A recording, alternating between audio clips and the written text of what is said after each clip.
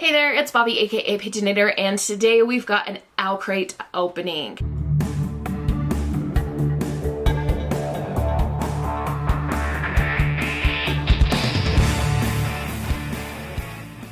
This should be the July 2023 box. I also have one other little thing that I'm going to open before we get to the Owlcrate box as well. I ordered some stickers from TeePublic. TeePublic, I've gotten t-shirts from them before, and they're really fun. They do a lot of fandom-based stuff and that kind of thing. But I ordered some stickers this time, and I'm trying to get the envelope open. These are just...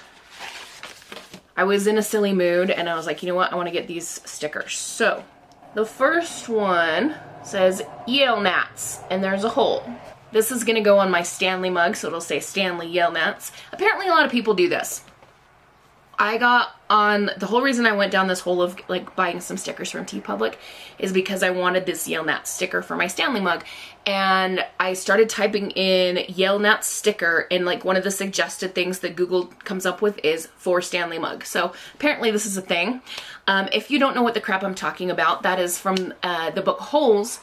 The main character's name is Stanley Yale Nats. So there you go.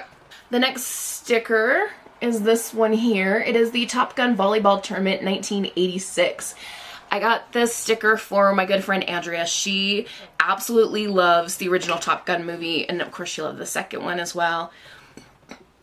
But she always said like one of her most favorite scenes was when the guys play volleyball on the beach in the first movie.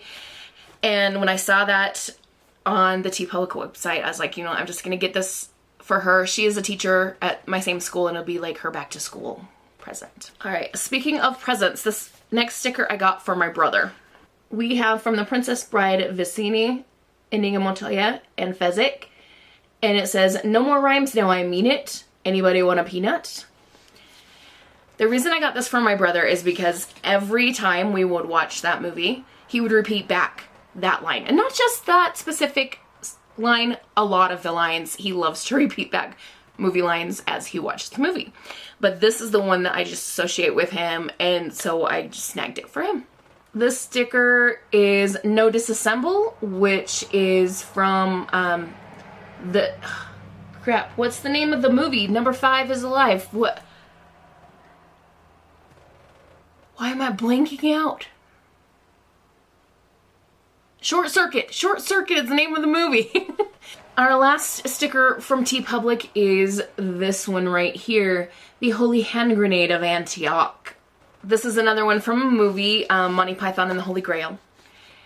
I will read you the entire text of the sticker. I'm not going to be able to do it like, is it Michael Palin who reads this part in the movie? I can't remember, one of those Monty Python guys. Anyway, but I will read it as myself because I can't do his voice. First, shalt thou take out the holy pin. Remember, this is a hand grenade, right? A holy hand grenade. Then shalt thou count to 3. No more, no less. 3 shall be the number thou shalt count, and the number of the counting shall be 3. 4 thou shalt not count, neither count thou 2, excepting that thou then proceed to 3. 5 is right out. Once the number 3 being the third number being reached, then lobbest thou thy holy hand grenade of Antioch towards thy foe, who being naughty in my sight shall snuff it. Oh man, I haven't watched that movie in a few months. Maybe I want to watch it again. My internet's out, so if I want to watch anything, it's going to have to be just DVDs, and I do have that DVD. Maybe I shall watch it today while I'm crafting and stuff. But now it is time for the Owlcrate box. Are you ready? Ooh, are you ready? It says, break the curse. So of course the theme is break the curse for this box. Yes, it is the July box. And we're going to set aside the spoiler card so that I don't spoil myself. We have a whole lot of these. I have decided that I might try dyeing some of these and using them in junk journal. But for the moment, they're not going to be helpful. So I'm going to take a minute to get rid of these, and then we'll come back and look at the items. Okay, I think I got all the wiggly things out, and the first thing I see is this little pouch with a hook on it. I am guessing this is one of those unfolds into a bag kind of things. But before we get too carried away unfolding, let's look at the design here. A guy with a puffy shirt. Not Jerry Seinfeld. We've got some leaves, some flowers. Okay, there is a girl in here, but she's like right on the seam. So maybe when I unfold it, I can give you a better look. All right, so the guy's in the dark pants with the white puffy shirt, and then we have the girl in the blue dress with the long hair. Do I know what fandom this is? No. There's a little dog on here, and I feel like that should be a clue, but I also just have no idea. Oh my gosh, it is Howl's Moving Castle. It says, our stunning reusable foldable shopping bag features the favorite Howl and Sophie and is beautifully designed by Anne Guy and Art. Howl's Moving Castle. I would not have guessed that. Oh! I'm dumb. Look at that. There's the little flame.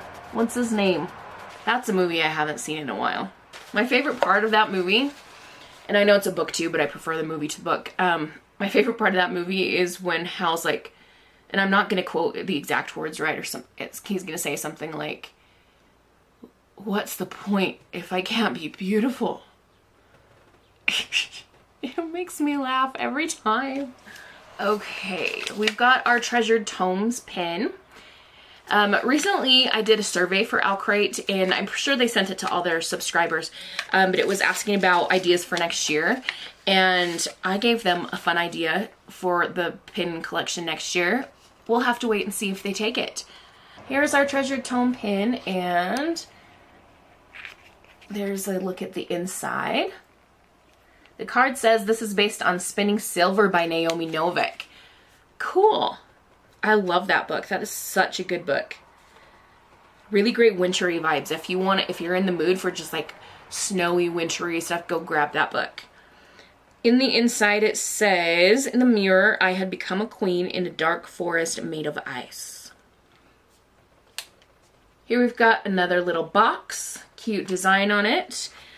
This says it is an enchanting suncatcher inspired by Violet made of thorns, designed by Teresa Chen at Divine Literary. It is packed up nicely in this bubble wrap pouch. Now, this is something that when school starts again, I might take to my classroom because that's where I am during most of the daylight hours.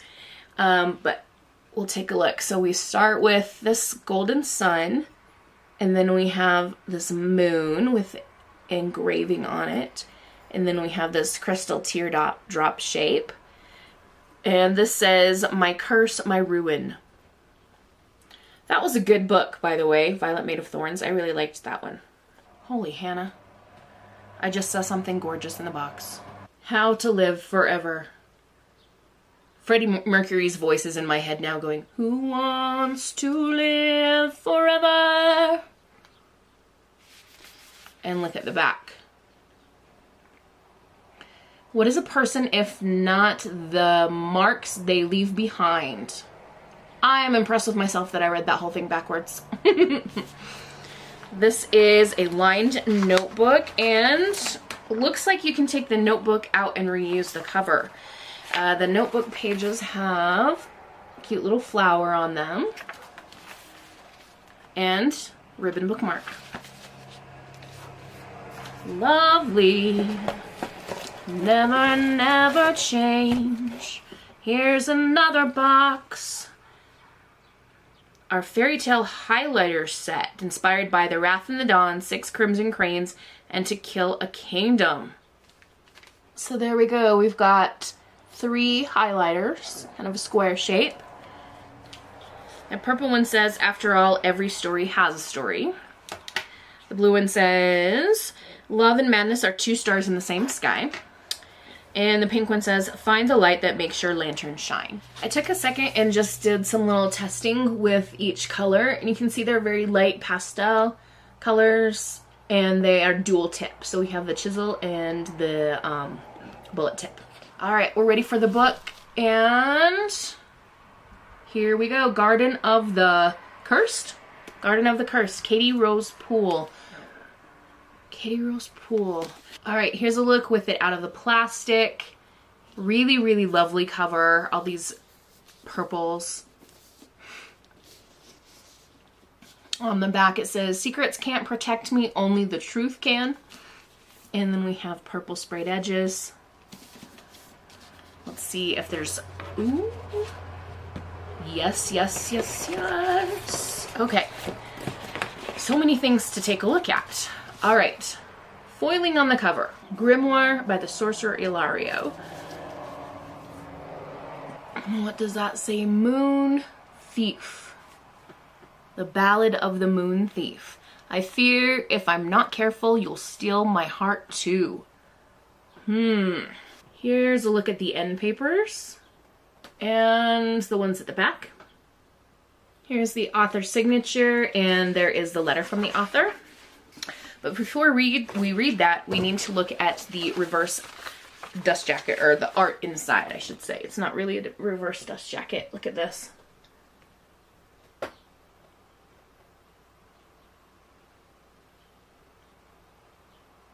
That dress, holy cow. There's some serious fashion going on in that picture. All right, letter from the author. Dear Owlcrate reader, it's such an honor to be included in this month's Owlcrate. Garden of the Cursed contains so many things I love. A fantastical world steeped in magic and danger, a crackling romance featuring one of my all-time favorite tropes, fake dating, a hard-boiled mystery with twists and secrets in every corner, and at the center of it all, Marlo Briggs, a tenacious heroine who refuses to give into a world that wants to make her feel powerless. There are two mysteries at the heart of this book. One revolves around what happened to Marlo's mother, whose disappearance upended Marlo's entire life. And the other is the mystery of who cursed Adrius Falcrest, the scion of the most powerful family in the city, and the boy who once broke Marlo's heart. Unraveling these mysteries means navigating a corrupt world filled with dark curses, enchanted speakeasies, and spells that can be bought, sold, and traded on the black market. I'm thrilled to invite you into the decadent halls and steaming canals of Caraza, where morality only comes in shades of gray and truth always comes at a price. Here they say summer rainstorms bring trouble, and if you're anything like Marlo, you'll find plenty of it within these pages. What does the dust jacket tell us? Since fleeing the gilded halls of Evergarden for the muck-filled canals of the marshes, Marlo Briggs has made a name for herself as the best curse breaker in Caraza City. But no matter how many cases she solves, she is still haunted by the mystery of her mother's disappearance. When Adrius Falcrest, Marlo's old crush and scion of one of the Caraza's most affluent spell-making families, asks her to help break a life-threatening curse, Marlo wants nothing to do with the boy who spurned her a year ago. But a new lead in her mother's case makes Marlo realize the only way to get the answer she desperately seeks is to help Adrius and return to Evergarden society, even if it means suffering through a fake love affair with him to avoid drawing suspicion from the conniving five families. As the investigation draws Marlo into a web of deadly secrets and powerful enemies, a shocking truth emerges. Adrius's curse and her mother's disappearance may just be clues to an even larger mystery, one that can unravel the very foundations of Caraza and magic itself. I'm sitting here thinking about how interesting this book is, and thinking this is the problem with doing a monthly TBR game, because then I always feel like I have to stick to that, and then I get these books that come in subscription boxes, and I'm like, but I want to read them right now. It's true, I do have that rule in the game. I can always swap books out as long as they match the prompt. So technically, I could still read this month, or I could just scrap the game altogether. Who knows? Anyway, let's take a look at the newsletter and the theme for next month. All right, in the newsletter, there's lots of things that are included. I usually only show you the cover comparison. Oh, wow. Quite a difference. So here is the one that came today, and here is the regular cover if you're looking for it in the store. Which one do you prefer? And last but not least, the theme for next month is Through the Seasons. Every August box will include the next wooden story doorway in our ongoing collection designed by Icery. If you haven't seen, this is the first story doorway that they did. It is, of course, Bilbo Baggins front door from The Hobbit / Lord of the Rings. Love it so much. So we're getting another one of these. I love these. Now you could, when you have two, use them as bookends, right? This goes on my shelf like this. Where can you actually see it? It goes stuck in like that, so it's like a doorway into the books, but it's over here on this other shelf permanently. But yeah, I love these. I'm very excited that we're getting another one. Okay, that's going to be it for this video. Thanks for hanging in there with me, and have a wonderful, magical, and bookish day. Happy reading. Adios.